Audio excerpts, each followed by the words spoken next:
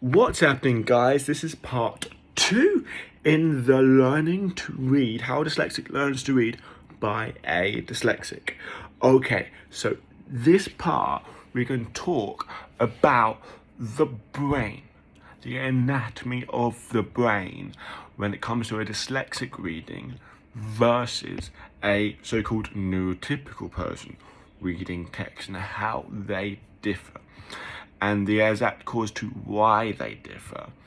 And we're going to discuss the different options about that. But there's one thing for certain that we know that there is a difference, and the difference that I'll explain to you in the actual episode.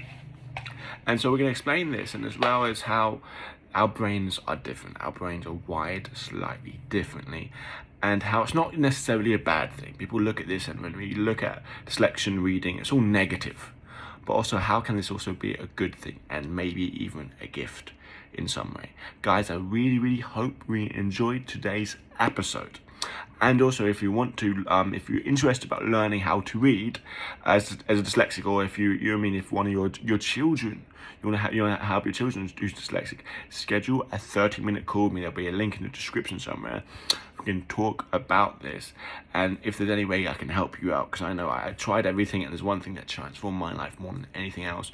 Perhaps we can discuss that. So, if you're interested in that, click the link, but listen to this podcast.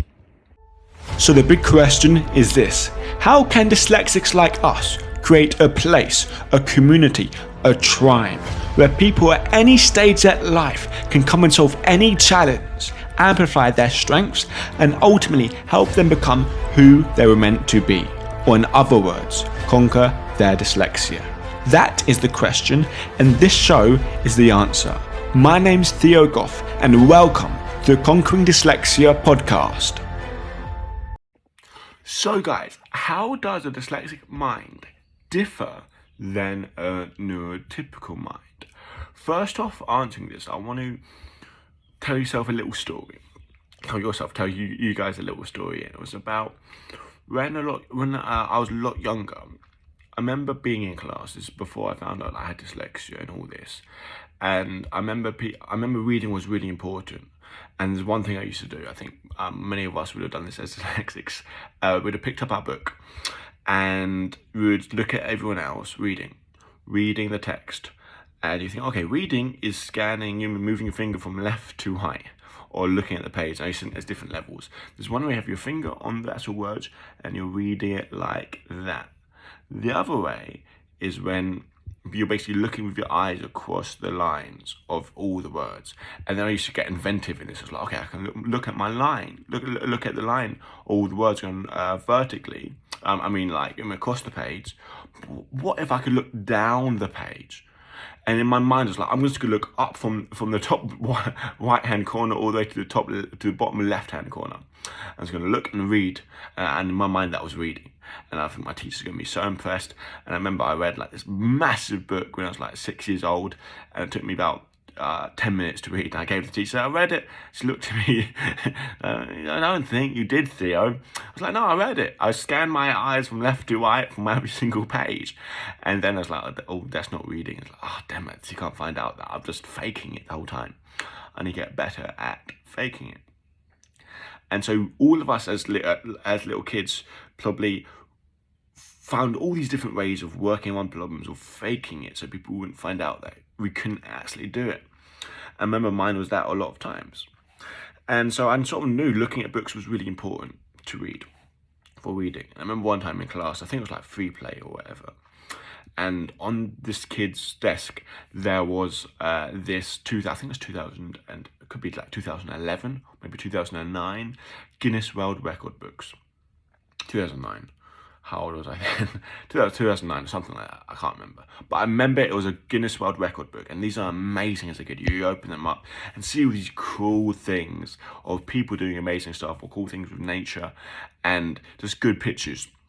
And I was like, I opened it up. I was like, this is a really good book to read. And out of nowhere, the teacher snatched the book out of my hand saying, Theo, you need to listen to instructions. You need to stop listening. You need to start listening. And so he kicked me outside the class. Now, I was literally outside the class. I got so annoyed and so upset because I had no clue. Probably what you're listening to this right now, have no clue of why I was kicked outside. And I was like, this makes no sense whatsoever. I was doing what I think was the right thing to do, was opening and looking at a book. But yeah, I got kicked outside for doing what I think is the right thing to do, for what I thought they wanted me to do. I was outside, I was kicking all the lunchboxes away, because I was just crying, you know what I mean? Outside the classroom, and then I sat down, sobbing. And then one thing I said to myself over and over again is, I don't understand how people work. I don't understand. And you start to understand how they work, because I don't know. Because I think I'm doing the right thing, and then and it just stops working. And then after doing the right thing, it turns out to be the wrong, or they get told off. It's happened so much in English and as well as other things. And now looking back at it now, looking back at the situation, like what probably happened, I'm pretty sure is that there's a book on this kid's desks. It was this kid's book, and I would take the book without asking and reading the book. And this kid probably told the teacher, saying Theo stole this book from me and he's not giving it back. Something like that, because maybe the kid said, I wanted that book, and I said no, or something like that. Because remember at the time, anyway, in school where I was like young, and I was a really big kid, and I had dyslexia, and one thing happened to me growing up. Was two things. One, I was like a school comedian to distract everyone else from my problems. But secondly, I realised, I worked out in my head that I was so insecure about my reading and writing. In my head, I was like, I want to hurt you before you could hurt me, and I became like a school bully. This is when things got really bad. I can't remember if that was in that time when I was kind of acting like that, and I believed everyone hated me and I had no friends. So anyway, looking back, I'm like, okay, I understand the reason now looking back on it. But at the time, I had no clue, and everything was so confusing to me. And this is kind of a intro, as it were, kind of like, so you can see that us dyslexics, we are wired differently. We think differently than everyone else. And a lot of that is down to our brain wiring. Now, first I want to say that something that's universal with the brain, that you can see, the brain doesn't, you know what I mean, it doesn't take away from. It doesn't, you mean, say, oh, you got less than this. There's a saying, it's saying, if you have less somewhere else, you have more, it'll compensate. There's a compensation package with it. So basically, if you have less of something, you have more of another thing. If you're weak in one area, you're good in other areas. In the brain, if you have weaknesses here, you have strengths somewhere else. So no matter what, if there's a deficiency somewhere, there's also a strength somewhere else, because it has to be a sum game where everything adds up, in a sense. And because that's why, and also if you look at dyslexic history, with strength, because it's passed down by generation to generation to generation. Dyslexia isn't created through, you know what I mean? Like, some people think like that dyslexia can be developed through some sort of childhood trauma. There's still science to be done about that, but people strongly agree that dyslexia is strongly primarily hereditary, passing down from generation to generation. And the reason why the gene hasn't died out, because there's benefits of having dyslexia. And that's why a gene carries on, otherwise it will die out through the process of evolution. So knowing that there's strengths to this to have, let's look at the brain. Let's open up the brain. Now, in the last 20 or 30 years, maybe 40 years since the invention of CT scans, SMRI scans, I can't remember them, but basically they take a picture and you can see your brain functioning, doing certain tasks. The big machine. I remember I went in one when I was a kid to figure out, like, so long story short, how finding out I had dyslexia. My dad had his private health insurance. I don't get the whole long story about it, but I had all these different tests to find out what was wrong with me, why I couldn't read or write, and why I was depressed all the time in school. And one of them was to go into an fMRI machine and practice basically being really still the whole time, because it's a big noise machine. It's very expensive, and if you move, you muck it up. And I remember going in this machine, I fell asleep. It was really good for them because I could fall asleep. but basically I think you're supposed to look at pictures or listen to music and just take photos of the brain. They weren't looking for dyslexia. They were looking for other things. And so, and also you can't diagnose a dyslexic through looking in through an fMRI machine, because the science isn't 100% founded for that, so you can't diagnose someone with that. So I've been there for fMRI machine, but because of the invention of fMRI machines, we can see the differences between a dyslexic brain reading and a non-dyslexic brain reading. So typically, it's better to talk about this, I think, in about where it is in your head, because there's the occipital, the Broca's area, and something else, some other area. I forget. There's like basically three on a non-dyslexic neurotypical. There's 3 areas of the brain that act up. One in the front of the brain, I believe, is the occipital. And no, occipital's in the back. One in the front of the brain, which is, I think, the Broca's area that activates. So in the back, there's the occipital part of the brain. And the front part of the brain, when it comes to reading, really focuses on breaking down the phonemes of things. Focus on breaking down the word selection. And the back part of the brain focuses on the whole reading, looking at the word and reading the word as a whole. And when readers become more and more experienced, the back part of the brain, the part of the brain that's designed of looking at words as a whole, gets bigger.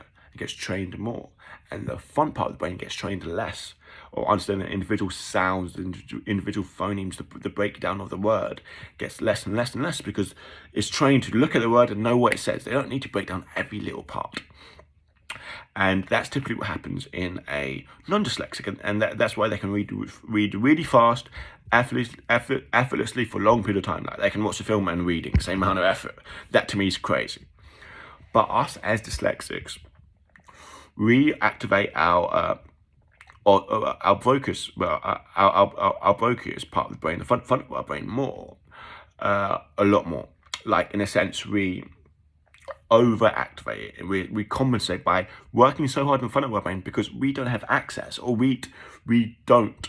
It's not we don't have. We don't access the back of our brain when it comes to reading, like as nearly as much. We don't activate the sort of like looking at a word and seeing the whole word as a whole and knowing it. We don't activate that part of the brain much, as like the upper back part. And because we activate the front part of our brain, it's also closely linked to other areas. When we're reading, we are like our connection with sounding out. That's why oftentimes we sound out what we are reading a lot, because it's connected to our speech a lot, and a lot of other areas. And so knowing this is really, really interesting. But if you think about that, because we are activating this, like I think 5 times more than other neurotypical people, and this takes a lot more effort to work than the back part of our brain. Because we're working so much more harder, because we are using a insufficient system when it comes to reading compared to the back part of our brain. And that's basically when it comes to reading 101. Now, I don't know.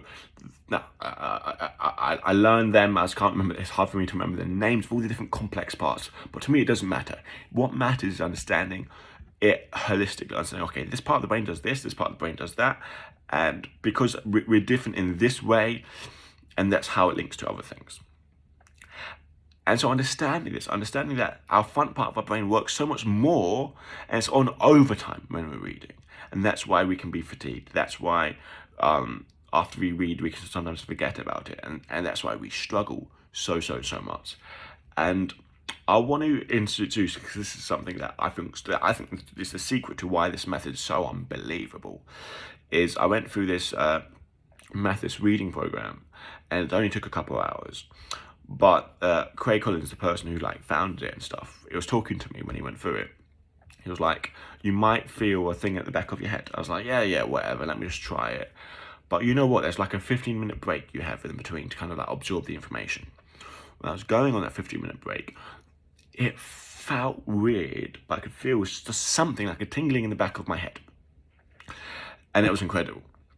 And then when I was reading, and one thing he said to me, don't try and sound out, because all through my schooling, education, you you were taught to sound out every single phonics so you know the word. And I was still doing that at a very good level because I practiced it, you mean, in private school for like almost a decade.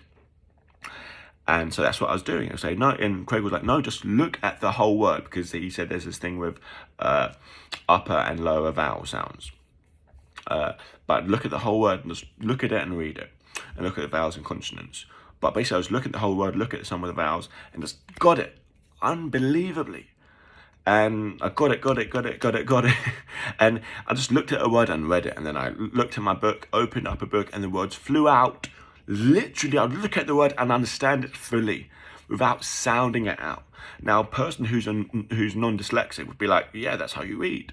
But if you're dyslexic, like, so often you just look at all the sounds, and it's so much time, so much effort. But I'm telling you, just look at the word, it's like magic. It felt like magic. It felt like I weren't dyslexic. So I'm getting excited about this. But anyway, when I was talking to Craig about this, he was like, yes, there's some other person who wrote, I keep forgetting the name. Who wrote a paper, who's a scientist, who, anyway, basically he wrote a whole paper on this. But basically they began doing testing, and they couldn't follow the testing because of COVID or whatever years ago. But hopefully bring it back up.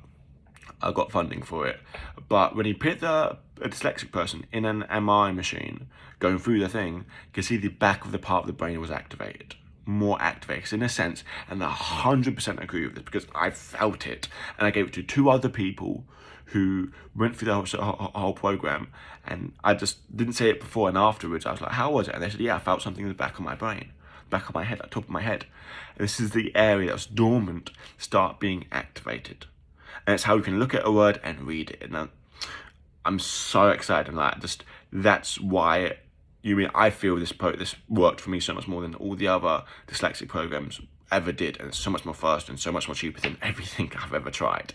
So that's kind of like what I want to talk about today. I know it's a bit of a long one. Why dyslexics, I find it hard to read compared to other people, and possibly the solution to reading for dyslexics effectively over the long term is this. Anyway, guys, I hope you enjoyed today's episode. Take care, and see you again soon.